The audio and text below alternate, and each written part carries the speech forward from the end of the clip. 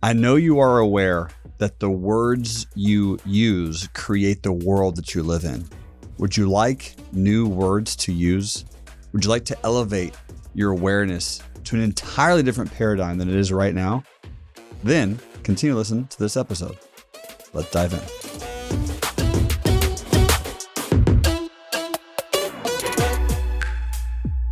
Sylvester Stallone, Cliffhanger. He was in a film. You probably haven't seen it, but it's a really good movie. And this guy is holding on with his fingers for dear life through most of the film. That's what you just left our listeners with, by the way. Jeremy Newsom's calling me out. He knows I don't watch any TV. That's okay. He knows I watch no movies. Why? I've read the books, though. Yeah. I've read the books. If it is a book, I don't know if Cliffhanger is a book, but you left us on a cliffhanger. Nope, That's I've what I'm trying to read bring books up. instead of watching movies. Yes.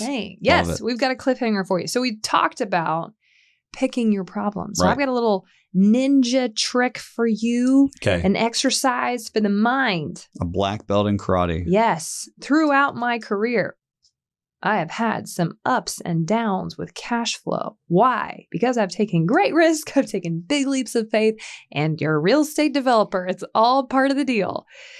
And I would be so down sometimes when we were tight on cash. We've always paid our bills, thank God. But sometimes it's been a miracle. And I was like, I'm tired of it being a miracle.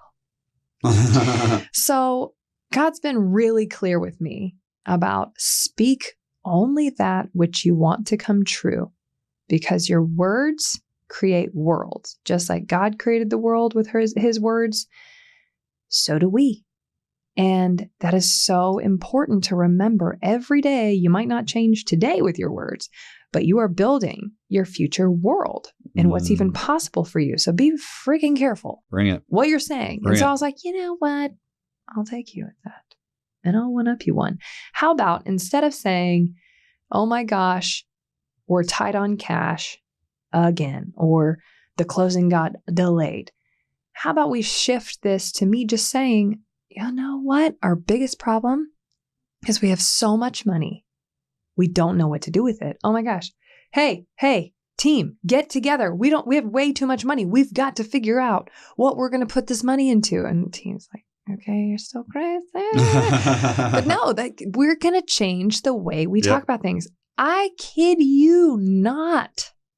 In less than 2 weeks of me starting to say that,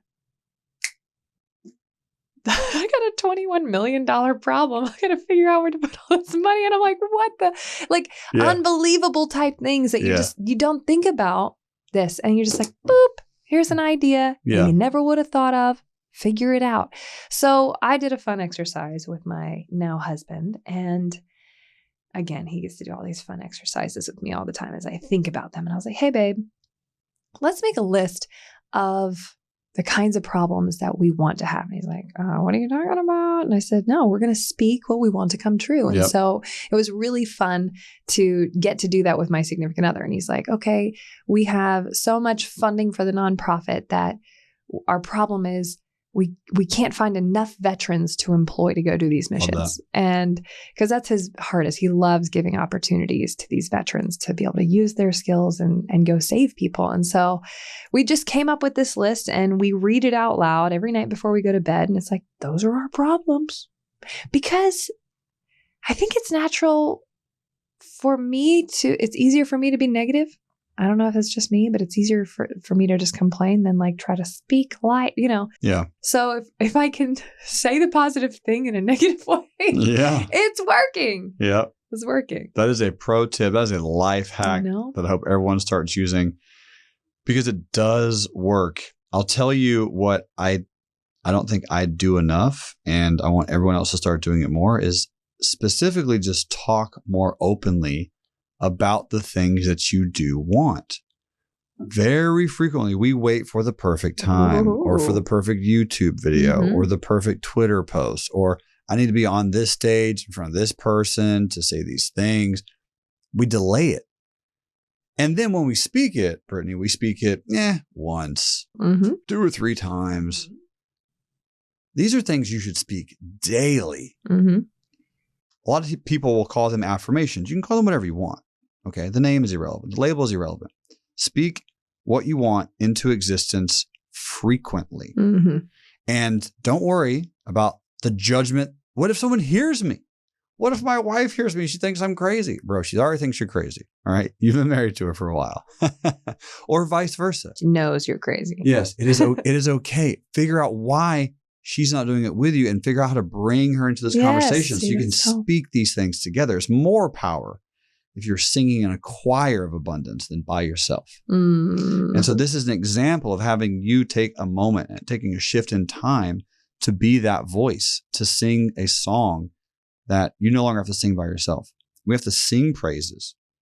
And that would be an example of that. I truly feel like. I love that. How many times in your life can you point back to one time you just said it out loud and then it happened? And while you're thinking about that, I'll share an example. Yeah. I remember my sister handed me a book, and it was Richard Branson's book. And she said, "You should read this. You're a lot like this guy." And I'm like, all right, whatever. And then I thought his story was, crazy, and he's such a fun person. And the reason I was drawn to him was he was a billionaire, but he wasn't pretentious. And I really liked that. And I hadn't met anybody really wealthy at that point that wasn't stuffy and pretentious. I didn't like that. And he's not pretentious at all. Right. And so I said it to my family, which is a brave thing to do, depending on who your family is. I started saying, someday I'm going to meet Richard Branson and we're going to be friends. We're not just going to meet at a conference and I get a picture with him. And they're like, yeah, right, whatever. Again, you do need to be careful who you share things with. I mean, I do not post my vision board on Instagram. Right. I don't do that. That's not for everybody to know. But around the right people who are truly for you, will encourage you and push you to be everything you're called to be, share it with them. I did not at this time. I shared it with my family. And within 3 months of me saying that, I get a Facebook message from somebody I hadn't spoken to in 7 years and invited me to go to his island. Where I got to hang out with him. I got at least 4 hours of time getting to talk to him. Wild. At 24 years old.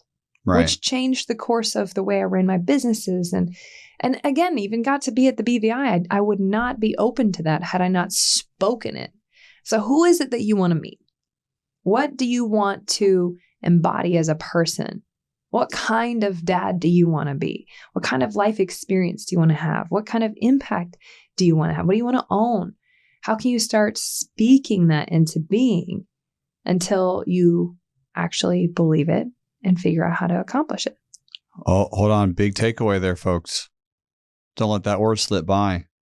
Actually believe it. Okay, because you can say things. You say things enough, eventually your brain's like, maybe this is going to happen. But I would say that is one of the only ways I can finish any of the endurance events that I participate in, is because I tell my brain at the beginning, this is going to happen to completion. And I say that every single day. I'm going to finish this. I'll say it out loud when I'm doing it. I'm going to finish this. So just keep going. There's no reason to stop. I love this. I'll share that story too. And it's a very similar story. I don't know why it is so similar. It's scary. But I was listening to a video, a specific motivational video. And I turned it up. I really liked it. And I was like, I'm going to meet this guy one day. And as you know, I got a call probably a year and a half ago from you saying, hey, would you like to meet this guy?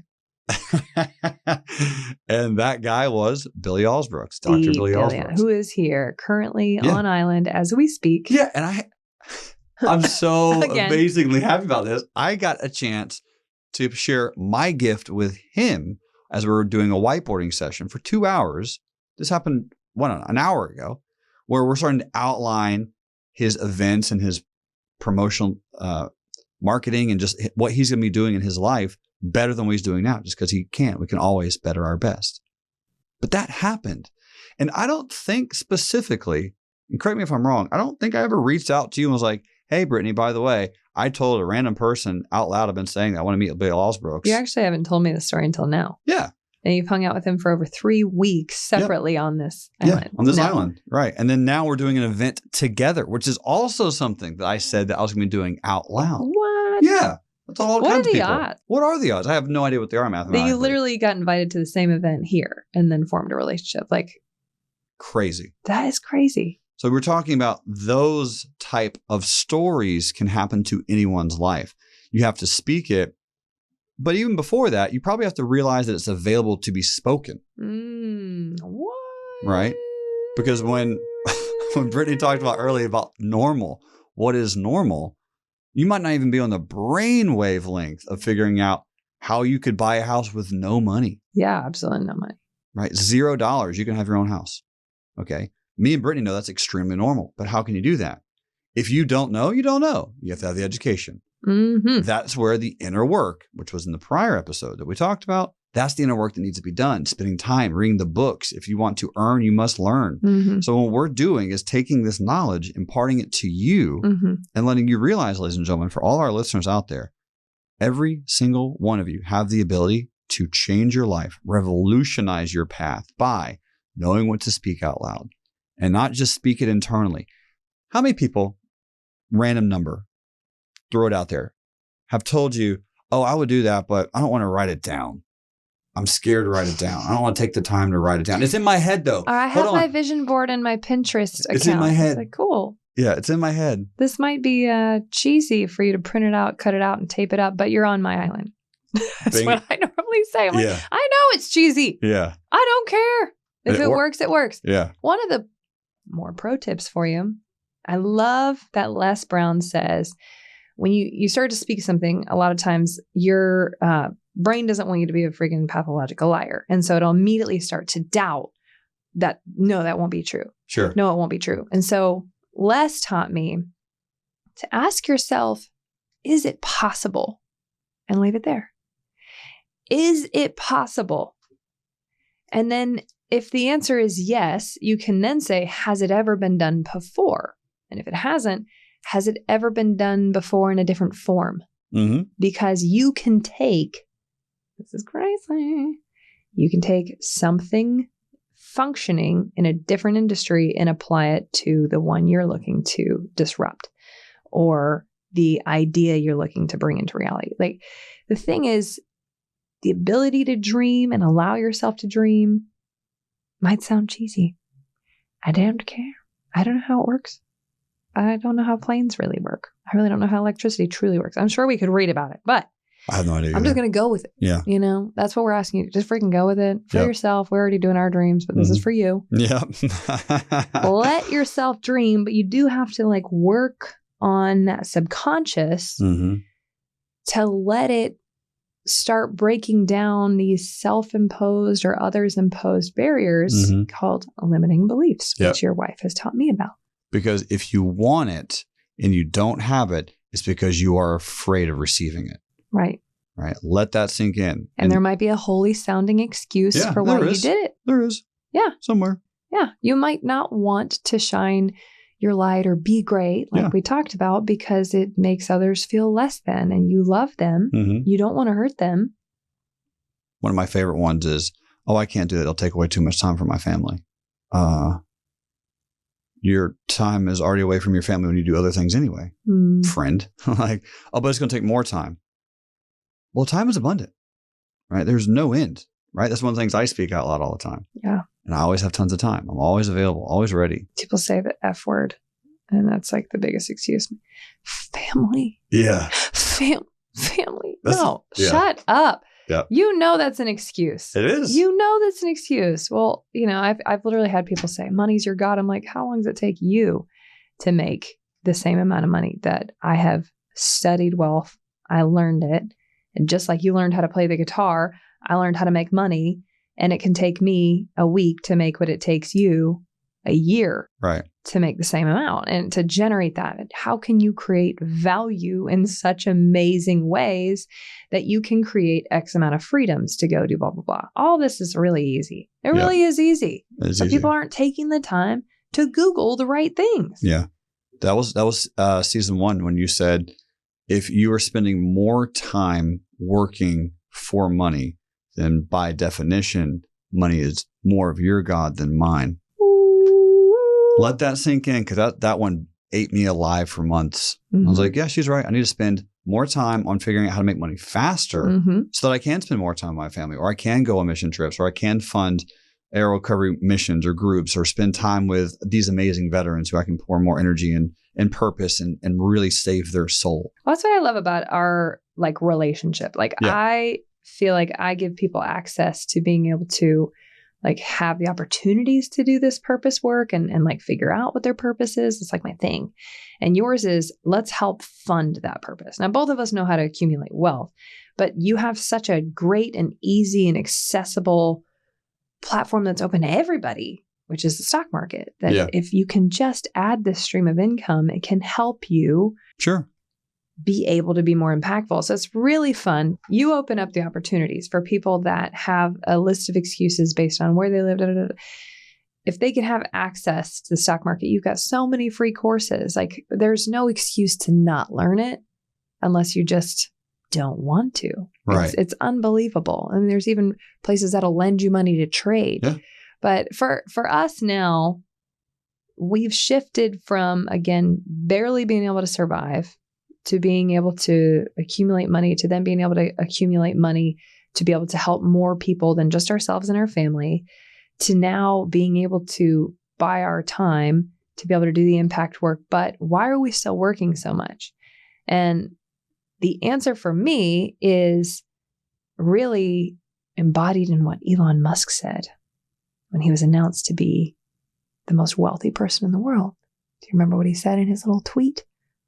Oh, weird. Back to work. Oh, weird. Back to work.